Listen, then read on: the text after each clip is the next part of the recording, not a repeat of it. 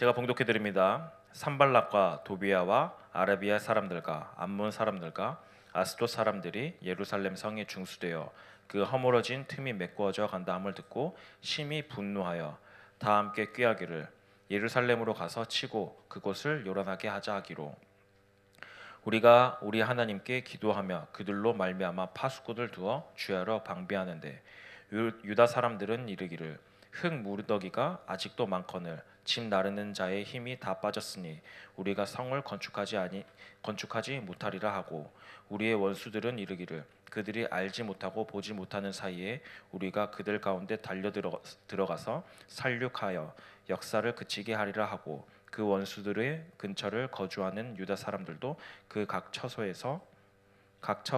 각처에서 와서 10번이나 우리에게 말하기를 너희가 우리에게로 와야 하리라 하기로 내가 성벽 뒤에 낮고 넓은 곳에 백성이 그들의 종족을 따라 칼과 창과 활을 가지고 서 있게 하고 내가 돌아본 후에 일어나서 귀족들과 민장들과 남은 백성에게 말하기를 너희는 그들을 두려워하지 말고 지극히 크시고 두려우신 주를 기억하고 너희 형제와 자녀와 아내와 집을 위하여 싸우라 하였느니라. 아멘. 명절이죠. 명절이라서 그런지 확실히 선생님들도 많이 비어 있고요. 우리 또 랩런트들도 많이 없습니다. 네, 선생님들이 왜 없냐? 특히 대학 청년 선생님들은 한 25명, 우리 청년국 전체에서 한 25명 정도가 명절을 맞이해서 선교 캠프를 나갔어요. 우리 랩런트들 좀 각자 선생님들이 무사히 잘 돌아올 수 있도록 좀 기도해 주셨으면 좋겠습니다. 그리고 또 대부분 이제 랩런트들이 또 이제 친척 집으로 많이 갔죠. 친척 집으로 할머니 집으로 또 많이 갔습니다. 근데 참 감사한 건 예전에는 전도사님 어렸을 때는 명절에 이렇게 시골집을 가게 되면요, 교회를 갈 상황이 못 돼요. 왜냐하면 시골집에 있다 보니까 늦잠도 자게 되고 뭐 이러저러 하게 되는데 참 유튜브라는 게 어떻게 보면 선한 영향력인 것 같아요. 유튜브로 각자의 현장에서 또 이제 함께 예배를 드릴 수 있는 게 참 은혜인 것 같습니다. 그래서 혹시 인터넷으로 각자의 현장에서 드리고 있는 우리 모든 친구들 여기에 임한 하나님의 역사가 그곳에도 동일하게 임하는 시간이 됐으면 좋겠습니다. 오늘은 우리가 느헤미야서를 이제 함께 말씀으로 봅니다. 느헤미야서의 주된 핵심은요 뭐냐면은 성벽을 재건하라입니다.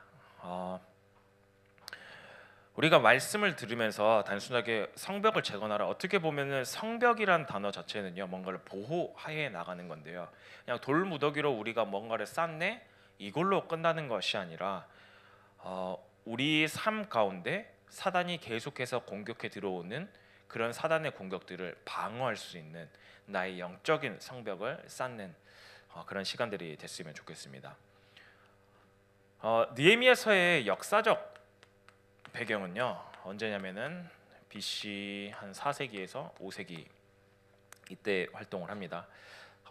지난주에 말씀으로 나눴던 학사 에스라와 이제 동일한 시기 때 활동했던 선지자예요. 그래서 느헤미야 후반부에 가면요 이제 성벽이 건축이 다 되고 나서 그 후반부에 다시 느헤미야가 에스라 학사와 함께 같이 이제 영적 개혁을 주도를 합니다. 그래서 에스라 시대와 좀 같은 시기에 활동했던 사람이라고 생각하셨으면 좋겠어요. 이스라엘 백성이 바벨론에 이제 BC 586년, 587년 이제 이 경에 성전이 이스라엘 예루살렘 성전이 무너지면서 바벨론에 의해서 포로로 끌려갑니다. 그리고 70년 만에 다시 회복되어져서 돌아오죠. 이때 회복되어져서 돌아올 때 총 3번에 걸쳐서 돌아옵니다. 3번에 걸쳐서 돌아오는데요. 어떻게 돌아오냐면요. 1차 귀환은요. 수르바벨이라는 지도자를 통해서 남유다 백성들이 귀국하게 됩니다. 귀환하게 되죠. 이때가 한 BC 537년 이때가 되고요. 이때의 목적은 딱 하나예요. 성전을 재건하자예요. 우리가 불타버린 그 성전을 재건하자. 그래서 이 성전이 언제 완공이 되느냐? BC 515년 이때 그래서 예루살렘 성전이 586년 이제 이때 586년 이때 무너졌을 때 515년 약 70년 만에 다시 성전이 건축이 되어지고 회복이 되어지죠. 그래서 그 70년을 이제 70년 포로 생활이라고 이야기를 하고 있습니다. 그리고 2차 귀환은 언제 하냐면요. 지난주에 나왔죠. 에스라 학사 에스라를 통해서 2차 귀환을 하게 되죠. 이때는 한 BC 458년경 이때예요. 거의 이제 성전이 지어지고 나서도 한 60년 정도가 흘렀는데 사실상 남유다가 멸망한 이유가 뭐예요? 예배 하나 놓쳐서 그런 거거든요. 예배를 우습게 여기고 하나님을 떠나버렸기 때문이거든요. 그러면은 절대 이 예배를 놓치면 안 되잖아요. 근데 어떻게 돼요? 점점 더 타락의 길로 빠져나가기 시작하는 거죠. 그래서 에스라는 2차 기한을 하면서 영적 개혁을 주도합니다. 이 사람들이 다시 하나님 곁으로 돌아와라고 영적 개혁을 주도합니다. 그리고 3차 귀환은요. 네, 오늘 함께 나눌 느헤미야입니다. 별로 그렇게 차이는 나지 않아요. BC 한 444년 이때 이제 귀환을 하게 됩니다. 이때는 아무리 영적으로 개혁하지만 이스라엘 백성들이 계속해서 타락의 길로 들어가고요. 뿐만 아니라 성전을 지어졌는데 성전을 지킬 수 있는 성벽들이 없다 보니까요. 외부에서 공격이 너무나도 많이 들어와요. 그렇다 보니까 예배를 드릴 때쯤 되면은 외부에서 계속 공격이 들어오는 거예요. 그러다 보니까 느헤미야는 무너진 성벽을 재건하기 위해서 귀환을 하게 됩니다. 이 느헤미야라는 사람은요. 느헤미야는 여러분들이 성경을 대부분 보면은 다들 이제 막 선지자다라고 생각하는데요. 다니엘도 선지자가 아니었어요. 뭐 하나님 보내신 선지자라고도 생각할 수도 있겠지만 다니엘은 바벨론의 총리였습니다. 느헤미야는 누구였냐? 페르시아 제국의 귀족이었어요. 페르시아 제국의 쉽게 말해서 왕의 술 맡은 관원장이었어요. 그렇기 때문에 사실상은 굳이 남유다로 갈 필요가 없어요. 남유다로 가는 거는 한직으로 가는 것밖에 안 되는 거예요. 페르시아 제국에서 왕의 음식을 담당한다? 왕이 얼마만큼 신뢰를 했을까요? 이때 당시에는 사람들이 독살을 되게 많이 하고요. 서로 왕이 쟁탈전을 많이 하죠. 제국이니까요. 이제 그렇기 때문에 서로 독을 먹이고 어떻게든 죽이려고 하고 그런 상황 가운데서 이때 너무 더우니까 또 술을 마셔야 되거든요. 포도주를 마셔야 되거든요. 근데 항상 즐겨 마셔야 되는 그 포도주를 맡은 관리다? 얼마만큼 왕이 신뢰해야 될까요? 가장 왕의 최측근인 사람이겠죠. 근데 이 느헤미야라는 사람은요. 사실상 갈 필요가 없어요. 예루살렘에 가서 성벽을 건축한다? 갈 필요가 없어요. 왜요? 애당초 잘 먹고 잘 사는 사람이에요. 왕의 최고의 신임을 받고 있던 사람이에요. 어느 정도냐? 느헤미야가 우울한 표정을 짓고 있으니까요. 이때 당시 왕이 아닥사스다 왕이거든요. 아닥사스다 왕이 야 느헤미야 너 무슨 걱정이 있냐? 왕이 그렇게 걱정할 정도로요. 가장 신임하고 있었던 사람이에요. 그리고 예루살렘에 포로로 간 지가 언제예요? 587년이에요. 느헤미야가 활동했던 시기는요. 아닥사스다 왕이 활동했던 시기가 약 한 460년경에서부터 한 440년, 420년경 이때 활동했던 왕입니다. 그러면은 바벨론으로 포로 가고 나서도 한참 뒤에 약 120년이나 세월이 지난 사람이에요. 예루살렘에 과연 유다인의 피가 할아버지 정도까지 갔기 때문에 여기 이미 정착을 잘하고 사는 사람이 이미 여기에 모든 부귀영화가 있는 사람이 굳이 예루살렘으로 갈 필요가 있을까요? 여러분 한번 생각해 보세요. 미국에서 한국 사람이 미국에 가가지고 약 120년을 살다가 내 자녀의 자손이 태어났어요. 이 사람은 미국 사람이에요. 그냥 이 사람 미국 사람이에요. 이 사람이 아무리 외모가 한국이지만 한국으로 다시 돌아온다라는 거는 되게 어려워요. 근데 느헤미야는요 다시 이 성벽이 무너져서 뭐가 안 돼요? 예배가 안 된다라는 그 사실 하나 때문에요 너무 마음이 아파서 울면서 내가 예루살렘으로 가서 성벽을 재건해야지. 왜 그런 결단을 내렸을까요? 느헤미야가요? 느헤미야는요 하나님을요 굉장히 신뢰했던 사람이에요. 하나님을 가장 의지했던 사람이에요. 그래, 하나님께서 예루살렘에 가서 성전 지으라고 약속하셨지, 그리고 예배 회복하라고 약속하셨지. 그런데 이 성전이 다시 성전 예배가 없어지기 시작했어요. 무너지기 시작했어요. 하나님께서 약속하신 이거 우리가 지켜야 되는데, 그것 때문에 마음 아파하면서 울면서 하나님 나 어떻게 해야 될까요? 하나님을 정말 신뢰했던 사람이었죠. 그렇기 때문에 이 성벽이 무너져서 성전 예배가 회복이 되지 않는 이런 것 때문에요, 어떻게 됐냐면요, 어떤 마음이냐면은 느헤미야 1장 3절 말씀에 보면, 1절에서 3절 말씀에 보면 동생이 이제 멀리 남유다에서 옵니다. 남유다에서 와서 지금 성벽이 무너져서 예배가 회복되어지지 않습니다 라고 하니까요, 그 사실 때문에 너무나도 마음 아파해요. 수일 동안 울어요. 남의 나라 이야기인데요, 수일 동안 울면서요 그걸 가지고 하나님 앞에 기도하기 시작하는 사람이에요. 그래서 사실상 느헤미야는 모든 것들을 다 포기하고 그곳으로 가게 됩니다. 어느 정도냐면요, 느헤미야가 이제 예루살렘의 총독으로 가게 되거든요. 근데 총독의 그러니까 총독의 월급을 받지 않아요. 뒤에 보면 나와 있어요.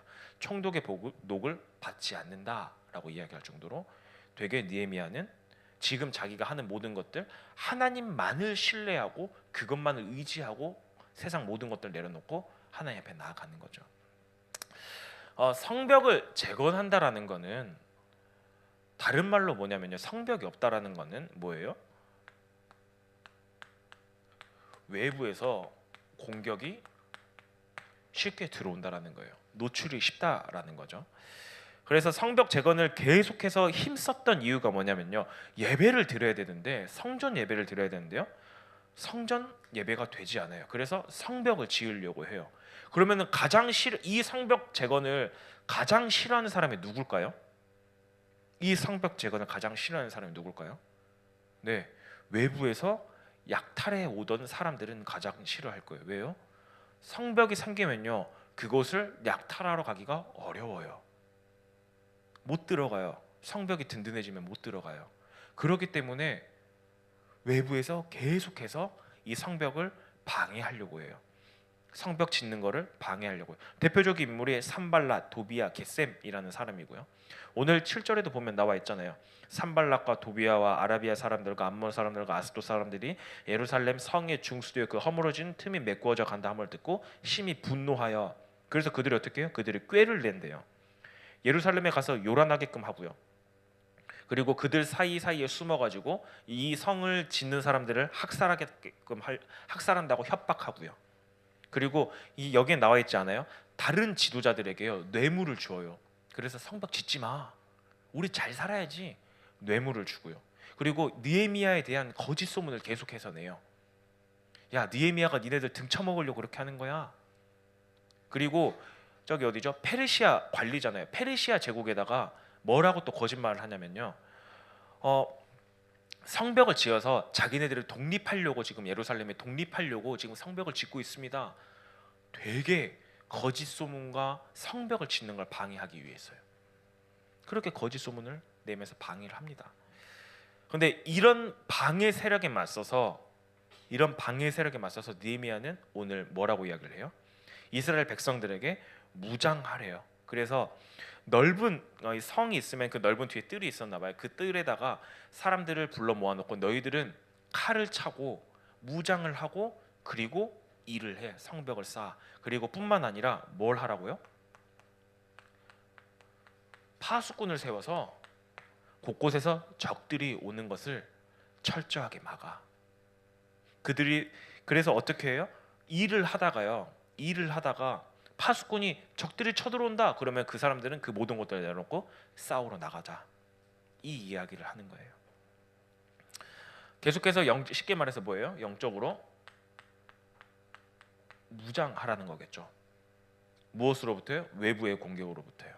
근데 이것들을 왜 여러분들이 지금 말씀으로 나누고 있을까요? 왜 여러분들이 이 말씀을 나누고 있어요? 그냥 돌 쌓는 이야기잖아요. 쉽게 말해서 성 쌓는 이야기잖아요. 지금 이 시대 때 성 쌓는 사람이 누가 있어요? 지금 이 시대에 성 쌓는 사람 없거든요. 그런데 여러분들이 이 말씀을 나눈 이유는 딱 하나예요. 고린도전서 3장 16절에 뭐라고 나와 있어요? 너희가 하나님의 성전인 것과. 이 성벽을 쌓는 이유는요, 무엇을 지키기 위한 거예요? 성전, 다른 말로 예배를 지키기 위함이에요. 근데 이때는 성전이 뭐예요? 건물로 있었어요. 그런데 고린도전서 3장 16절에는 지금 누가 성전이래요? 나요. 여러분이 성전이래요. 외부에서 공격이 들어와요. 여러분들이 예배를 드리지 못하게끔 방해하는 것들 너무나도 많잖아요. 사단이 어떻게 해서든 예배만 못 드리게 방해하잖아요. 그것으로부터 여러분들을 지켜내야 되는 거예요.